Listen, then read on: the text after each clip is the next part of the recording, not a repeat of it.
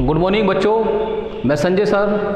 बेटा आज मैं आप लोगों को फिजिक्स में वैद्युत धारिता के बारे में पढ़ाने वाला हूं और किसी विलगित गोलीय चालक पर जो वैद्युत आवेश वितरित किया जाता है उसके कारण जो हम धारिता निकालते हैं उसको भी आज मैं बताने वाला हूं। बेटा दो टॉपिक होने वाले हैं हमारे आज, एक तो वैद्युत धारिता और दूसरा टॉपिक है हमारा आज का वह है विलगित गोलीय चालक पर वैद्युत धारिता।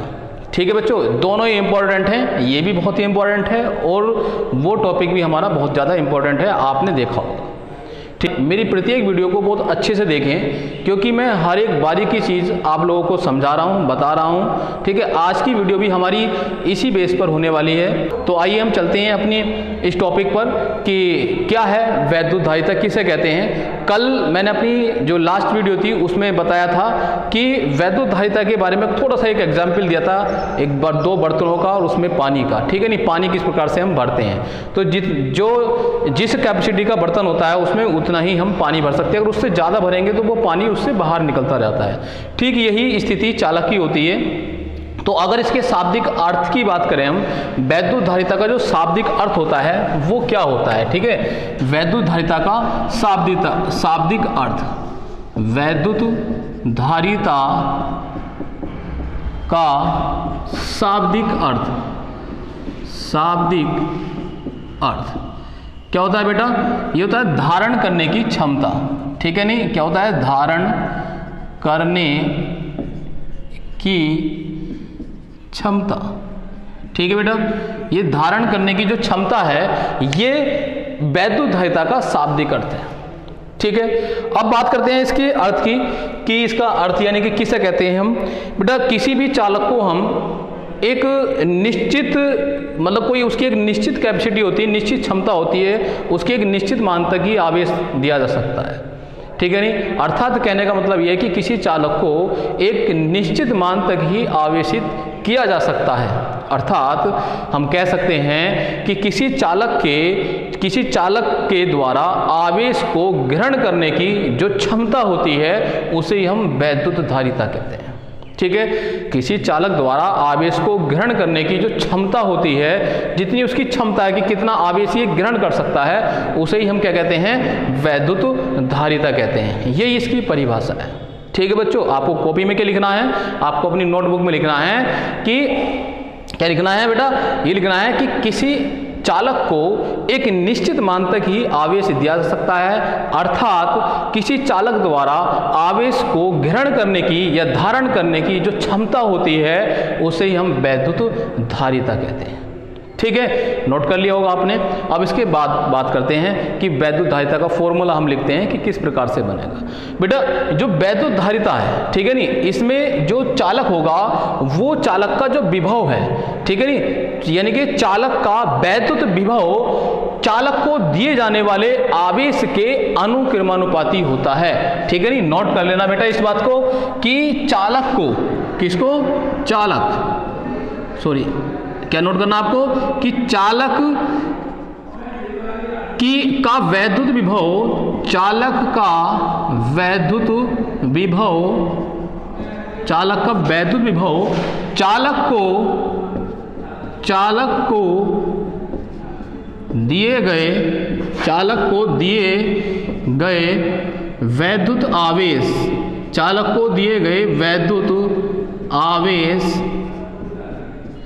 क्यों, चालक का वैद्युत विभव यानी कि V चालक को दिए गए वैद्युत आवेश Q के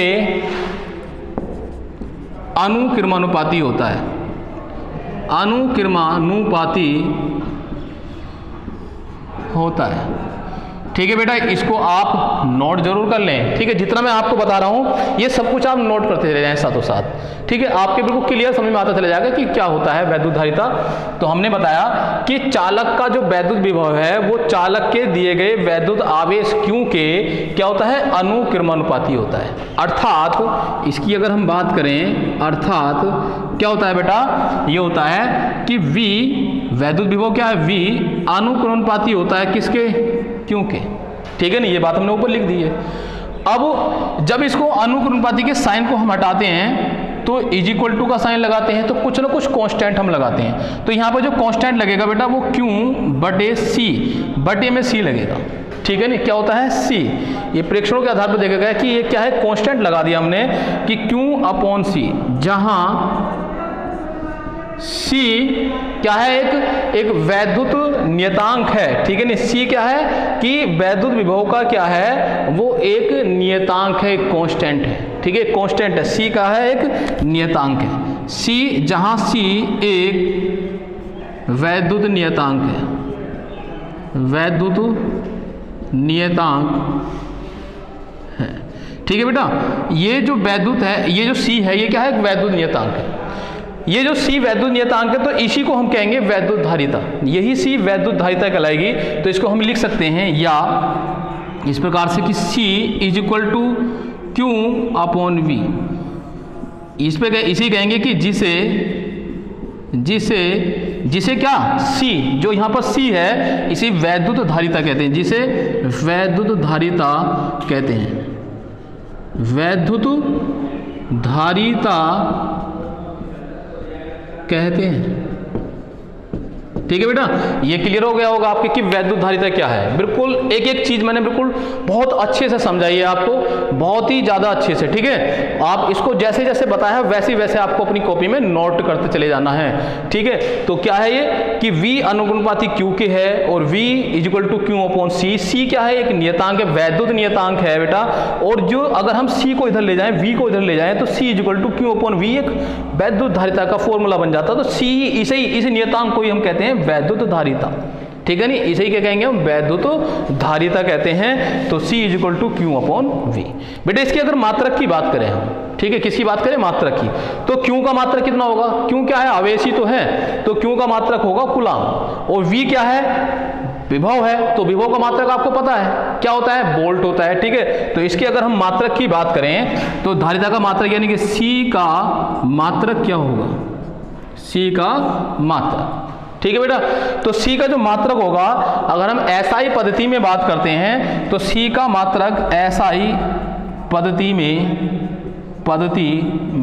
कितना होगा बेटा, इसका होगा Q का कूलाम, ठीक है, कूलाम, और बटे में क्या है, वोल्ट है, अर्थात V विभव है तो विभव का होता है वोल्ट बटे वोल्ट, ठीक है नहीं। इसको हम, ये क्या होता है, SI पद्धति में कूलाम प्रति वोल्ट होता है, जिसे ध्यान से देख लेना क्या कहते हैं हम, फैराड भी कहते हैं। यानी कि इसका जो मात्रक है इसको शॉर्ट में लिखते हैं फैराड, क्योंकि फैराड एक वैज्ञानिक था, उसने इसके बारे में बताया था तो उसके नाम पे ही हो गया। जैसे बल के बारे में किसने बताया था, न्यूटन ने बताया था, तो बल का मात्रक क्या हो गया था, न्यूटन हो गया था। जबकि न्यूटन किसके बराबर होता है, कूलाम मीटर स्क्वायर प्रति सेकंड स्क्वायर के, ठीक है नहीं। लेकिन ऐसे ही यहां पर फैराड ने बात की तो ये बराबर हो जाएगा किसके, फैराड के, ठीक है नहीं, जिसे फैराड भी कहते हैं। बात समझ में आ गई या नहीं, ठीक है, क्लियर हो गया होगा यहाँ कोई दिक्कत नहीं होगी यहाँ तक। तो हमने बात की इसके मात्रक की। अब मात्रक के बाद इसके सूत्र से देखते हैं, थोड़ी सी एक बात और देख लेते हैं, इसकी परिभाषा हम कुछ चेंज कर लेते हैं। तो इसमें हम देखते हैं, जरा इसको रफ कर देता हूं मैं, ठीक है, नोट तो कर लिया होगा आप लोगों ने, ठीक है।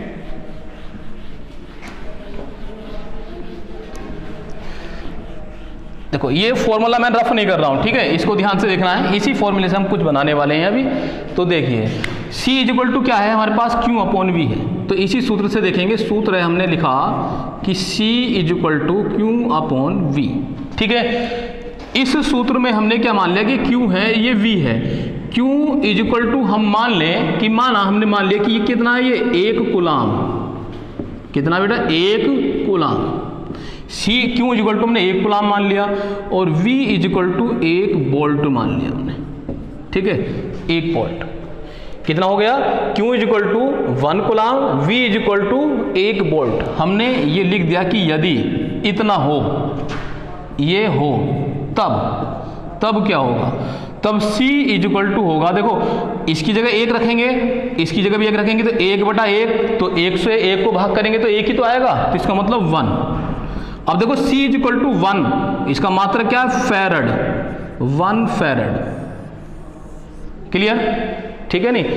अब देखो हमने देखा कि C इक्वल टू कितना है, Q अपॉन V है, तो Q की जगह हमने मान लिया 1 कूलाम, V की जगह हमने मान लिया 1 वोल्ट, हमने ये रखा यहाँ पर, तो C इक्वल टू आ गया 1 फैरेड। अब ये जो 1 फैरेड है, इससे क्या स्पष्ट हो रहा है, कुछ तो स्पष्ट हो रहा होगा ना इससे, तो इससे क्या स्पष्ट हो रहा है, इस बात को जान लीजिए आप। इससे स्पष्ट हो रहा है, ये बात इंपॉर्टेंट है बहुत ज़्यादा, ठीक है, IIT और नेट में बहुत ज़्यादा पूछी जाती है यही चीज़, कि अगर ऐसा हो जाए तो उससे क्या स्पष्ट होता है। तो बेटा इससे जो स्पष्ट होता है, इससे ये स्पष्ट होता है कि अगर हम किसी चालक को, कोई चालक है, वैद्युत चालक है, यदि हम किसी वैद्युत चालक को 1 कूलाम आवेश दें, ठीक है नहीं, 1 कूलाम आवेश देने पर, अगर उसको 1 कूलाम आवेश दे रहे हैं, तो उसके वैद्युत विभव में 1 वोल्ट का परिवर्तन हो जाए, यानी कि वैद्युत विभव में जो परिवर्तन होने वाला है वो कितना हो जाए, 1 वोल्ट का। तो उस चालक की जो कैपेसिटी होगी, अर्थात उस चालक का वैद्युत धारिता जो होगा, अर्थात उसका जो कैपेसिटेंस होगा, वो 1 फैरेड होगा। कितना होगा, 1 फैरेड। इसी के आधार पर हम आगे भी देख सकते हैं कि वो डिपेंड करता है उसके फॉर्मूले पर। अगर हम इसके फॉर्मूले में हमने लिखा यहां पर कि देखो यहां से इस पे डिपेंड कर रहा है ना, कि हमने क्या लिखा, Q इक्वल टू 2 कूलाम, ठीक है, और V इक्वल टू 2 वोल्ट, हमने ये लिख दिया। तो C इक्वल टू कितना हो जाएगा, 2/2, 2 से 2 काट दे, कितना है 1, तो इसका मतलब 1 फैरेड, ठीक है। अगर हम ये दोनों बराबर रखेंगे, Q की वैल्यू भी और V की वैल्यू भी अगर हम बराबर रखते हैं फॉर्मूले में, तो उसकी धारिता 1 फैरेड ही आएगी, ठीक है नहीं, क्लियर हो गया ना, 1 फैरेड ही आएगी। ये स्पष्ट हो रहा है सर, ये बहुत ज्यादा पूछा जाता है IIT और नीट में, ठीक है। अब इसकी वीमा की बात और कर लेते हैं, बस छोटी सी बात हो रही, वीमा देख लेते हैं जल्दी से। वीमा देखो बेटा, वीमा में क्या करेंगे, इसका मात्रक क्या है, C का जो मात्रक है, C का मात्रक यानी C क्या है, वैद्युत धारिता, C का मात्रक हमने अभी लिखा था, कितना लिखा था, कूलाम, ठीक है, कूलाम बटे क्या है, वोल्ट, ठीक है बेटा। अब देखो वोल्ट क्या होता है, कूलाम तो ऊपर रहेगा ऐसे ही, कूलाम बटे में क्या, वोल्ट को क्या कहते हैं हम, जूल प्रति कूलाम, इसका मतलब होता है जूल प्रति कूलाम। जो वैद्युत विभव का दूसरा मात्रक होता है, एक तो वोल्ट होता है, दूसरा होता है जूल प्रति कूलाम, आपने वैद्युत विभव में पढ़ा था, ठीक है, वहां पर मैंने आपको बताया था स्पष्ट कि कैसे होता है ये। अब इसी के बाद देखेंगे हम कूलाम की जो वीमा होती है वो कितनी होती है भाई, कूलाम की वीमा कितनी होती है, अगर हम देखें एम्पियर सेकेंड, तो क्या हो जाएगा, एम्पियर सेकेंड यानी कि 80, ठीक। अब देखो कूलाम क्या ले जाएगा, ऊपर चला जाएगा, यहां से इसको लिख देते हैं, एक लाइन और बढ़ा देते हैं यहां पर, कूलाम, देखो कूलाम एक ऊपर है एक नीचे है, बटे के बटे में है तो ऊपर चला जाएगा ये, तो ये कितना हो जाएगा, कूलाम का स्क्वायर बटे जूल नीचे रह जाएगा। और जूल किसकी बीमा है आपको पता है, कार्य की है, ठीक है, और कार्य की बीमा कितनी होती है, ml स्क्वायर t की घात -2, तो 80 का स्क्वायर, देखो कूलाम की जो बीमा होती है वो ये होती है 80, और इसका क्या स्क्वायर है यहाँ पर, तो स्क्वायर लगा दिया हमने, अपॉन जूल की बीमा होती है ml स्क्वायर t की पावर -2, इसकी पावर तो कुछ है ही नहीं तो हमने इसकी पावर नहीं लगाई है, ठीक है। अब हमने लिखी इसकी बीमा कितनी हो जाएगी, देखो सबको एक साथ लिख लेंगे, अब m ऊपर नहीं है नीचे है तो ऊपर पहुंच जाएगा ये m की घात -1, नीचे की चीज ऊपर जाती है तो माइनस में हो जाती है उसकी पावर, क्योंकि इसकी पावर यहाँ पर 1 है, जहां पर कोई पावर नहीं होती तो वहां 1 होता है, ठीक है। तो ये ऊपर पहुंच गया 1, तो कितना हो गया माइनस का। अब देखो ऊपर l नहीं है नीचे l है, l की पावर कितनी है 2 है, ऊपर पहुंचा देंगे तो कितना हो जाएगा l की पावर -2। अब देखो यहाँ पर t की पावर -2 है, ऊपर प्लस के हैं, ठीक है ना, ये प्लस की है ना पावर 2 और यहाँ माइनस की है, तो ये माइनस वाली ऊपर जाएगी किसकी हो जाएगी, प्लस की, तो प्लस प्लस की हो जाएंगी घात जुड़ जाती हैं, तो कितना हो जाएगा t की पावर +4, प्लस की हो जाएंगे ना, क्योंकि ऊपर प्लस है नीचे का माइनस है, तो ऊपर जाके क्या हो गया प्लस। अब एक बचा हमारे पास a, अब a की पावर कितनी है यहाँ पर देखो स्क्वायर है, तो a की पावर 2, ये बीमा हो गई इसकी बेटा, किसकी बीमा हो गई ये बीमा हो गई आपकी वैद्युत धारिता। क्लियर, कोई प्रॉब्लम नहीं है आपको, ठीक है, बिल्कुल क्लियर समझ में आ गया होगा। तो ये वैद्युत धारिता के बारे में हमने बताया, ठीक है। अब दूसरा टॉपिक जो था आपका वो कौन सा था, वो था विलगित गोलीय चालक पर वैद्युत धारिता। तो विलगित गोलीय चालक पर वैद्युत धारिता की ओर बात कर लेते हैं जल्दी से एकदम, ठीक है बेटा, क्योंकि दोनों टॉपिक की बात करी है और बहुत ही इंपॉर्टेंट है, इसमें से IIT और नीट में भी बहुत ज्यादा पूछा जाता है। तो ये दूसरा टॉपिक है हमारा, क्या है, विलगित गोलीय चालक पर वैद्युत धारिता। क्लियर, बहुत छोटा सा टॉपिक है, ज्यादा बड़ा नहीं है। देखो इसको समझ लेंगे कि हमने बात की अभी कि गोलीय कैसे चालक है, विलगित गोलीय चालक है। बेटा हमने मान लिया कि कोई एक R त्रिज्या का एक गोलीय चालक है, कैसा चालक है, गोलीय चालक, ऐसे करके एक कोई R त्रिज्या का गोलीय चालक है, ये कोई चालक हमने ऐसा करके टिका दिया किसी चीज पर इस प्रकार से, ठीक। तो मार्कर दूसरा लेता हूं, अब देखते हैं इसको। ये इसका सेंटर है, इससे इसकी रेडियस कितनी है, R, कैपिटल R, ये सेंटर वो है, ठीक बेटा। हमने मान लिया कि R त्रिज्या का कोई एक गोलीय विलगित चालक है जिसको प्लस का Q आवेश, जिसको प्लस का Q आवेश दिया गया है, ये आवेश इसके पृष्ठ पर समान रूप से वितरित हो जाता है, ऐसे करके कैसे हो जाता है, समान रूप से इसके पृष्ठ पर ये वितरित हो जाता है, ठीक है बेटा।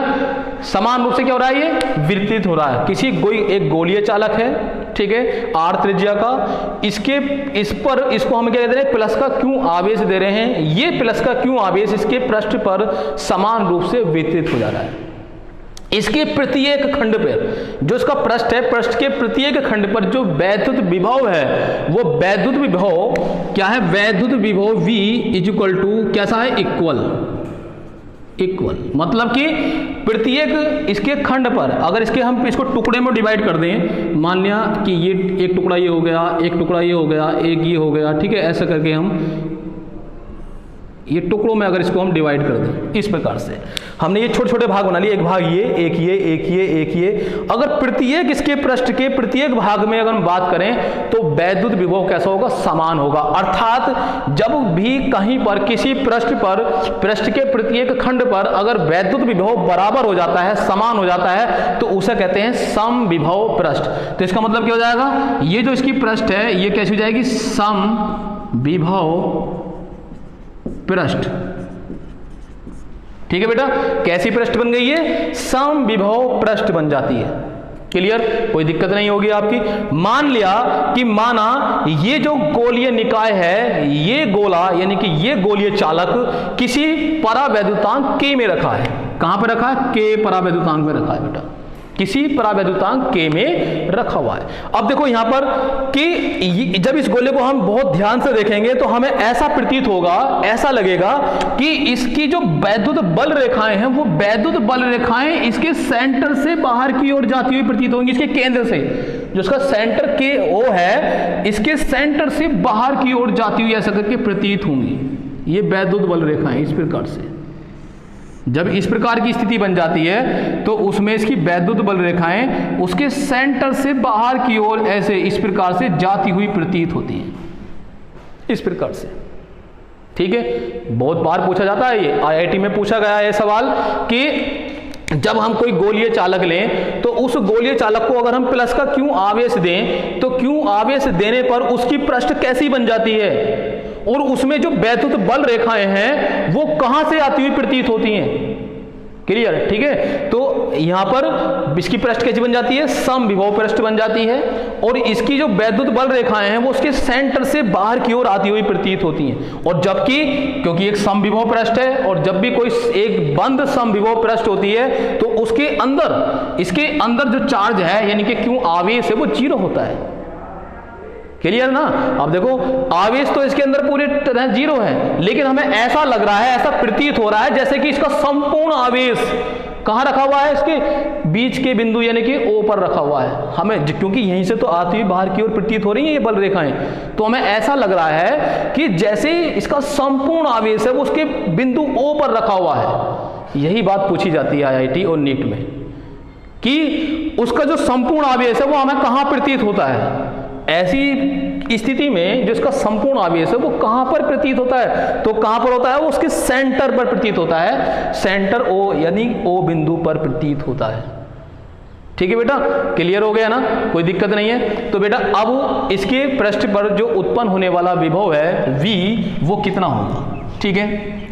तो विभव V इक्वल टू होगा 1/4 पाई एप्सिलॉन नॉट K, क्योंकि परावैद्युतांक K में रखा हुआ है, ठीक है, और Q अपॉन कैपिटल R, ठीक है बेटा, कोई दिक्कत नहीं है आपको। तो ये विभव कितना होगा, इतना होगा। परंतु हमें पता है कि इस गोलीय चालक की परंतु गोलीय विलगित गोलीय चालक की वैद्युत धारिता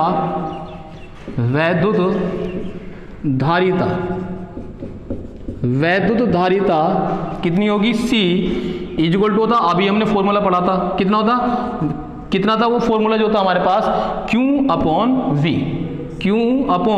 V, ठीक है बेटा। तो V की वैल्यू यहां से उठा के रख देंगे, समीकरण नंबर 1 मान लेंगे इसको, समीकरण नंबर 1 से V की मान यहां पर रख दिया, तो कितना आ गया Q अपॉन, ठीक है, कितना मान हो गया यहाँ पर 1/4 पाई एप्सिलॉन नॉट है, 1/4 पाई एप्सिलॉन नॉट K, ठीक है, और ये Q अपॉन कैपिटल R। देखो इस Q से ये Q कैंसिल हो जाएगा, क्या बचेगा यहाँ पर, बचेगा, देखो ये नीचे बटे के बटे में है और ये नीचे वाली चीज़ें सब ऊपर पहुँच जाएंगी, तो हो जाएगा 4 pi epsilon not K R, किसके बराबर आएगा ये, C के, ठीक है। वायु या निर्वात में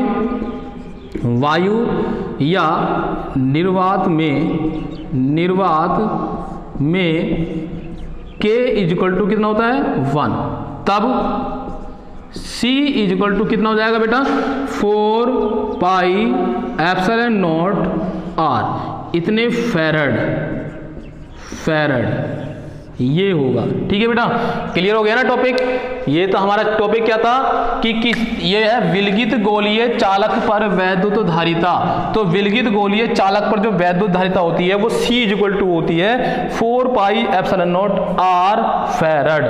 अगर इसकी वैल्यू रख दें हम यहाँ पर 4 पाई एप्सिलॉन नॉट की, तो 4 पाई एप्सिलॉन नॉट की वैल्यू कितनी होती है 9 × 10 की पावर 9, तो इसका मान रख दें, या करके हम लिख सकते हैं इसको, या C बराबर कितना हो जाएगा, R तो ऊपर रहेगा और बटे में, क्योंकि 1/4 पाई एप्सिलॉन नॉट की वैल्यू होती है ना वो, तो हमने लिख दिया ये 9 × 10 की पावर 9 फैरड, ठीक है, या ऐसे करके लिख सकते हैं, इतनी वैद्युत धारिता। अब R त्रिज्या, देखो बेटा यहाँ पर देखो R त्रिज्या पर डिपेंड कर रही है वैद्युत धारिता, ठीक है नहीं, विलगित गोलीय चालक की जो वैद्युत धारिता वो किस पर निर्भर कर रही है, उसकी त्रिज्या पर निर्भर कर रही है। तो यहां लिख सकते हैं, या करके हम लिख सकते हैं यहां पर, या C अनुक्रमानुपाती R, कोई प्रॉब्लम तो नहीं है ना आपको कि कितनी, क्या हो गया C अनुक्रमानुपाती R, अर्थात इससे स्पष्ट होता है कि किसी गोलीय चालक की जो वैद्युत धारिता है वो गोलीय चालक की त्रिज्या पर निर्भर करती है, कि अगर उसकी त्रिज्या बढ़ेगी तो उसकी धारिता भी बढ़ती चली जाएगी, अर्थात उसके आवेश को ग्रहण करने की जो क्षमता है वो बढ़ेगी। और यदि किसी गोलीय विलगित चालक की त्रिज्या घटेगी तो उसको, यानी कि क्यों आवेश को ग्रहण करने की उसकी जो क्षमता है वो भी घट जाएगी, क्योंकि दोनों एक दूसरे के क्या है, अनुक्रमानुपाती। बेटा आपको ये टॉपिक बिल्कुल अच्छे से समझ में आ गया होगा। अगर फिर भी कोई प्रॉब्लम आ रही है, आपको कहीं पर भी कोई दिक्कत है, तो आप मुझे कमेंट बॉक्स में लिखकर जरूर बता दें, ठीक है। और हमारी इस वीडियो को बेटा लाइक जरूर कर दें और इसको और बच्चों को भी शेयर कर दें, और हमारे चैनल को अगर आपने सब्सक्राइब नहीं किया है तो सब्सक्राइब जरूर कर दें। बेटा ये जो वीडियो हैं हम सब आपको जुगल किशोर इंटर कॉलेज के माध्यम से आपको पहुंचा रहे हैं।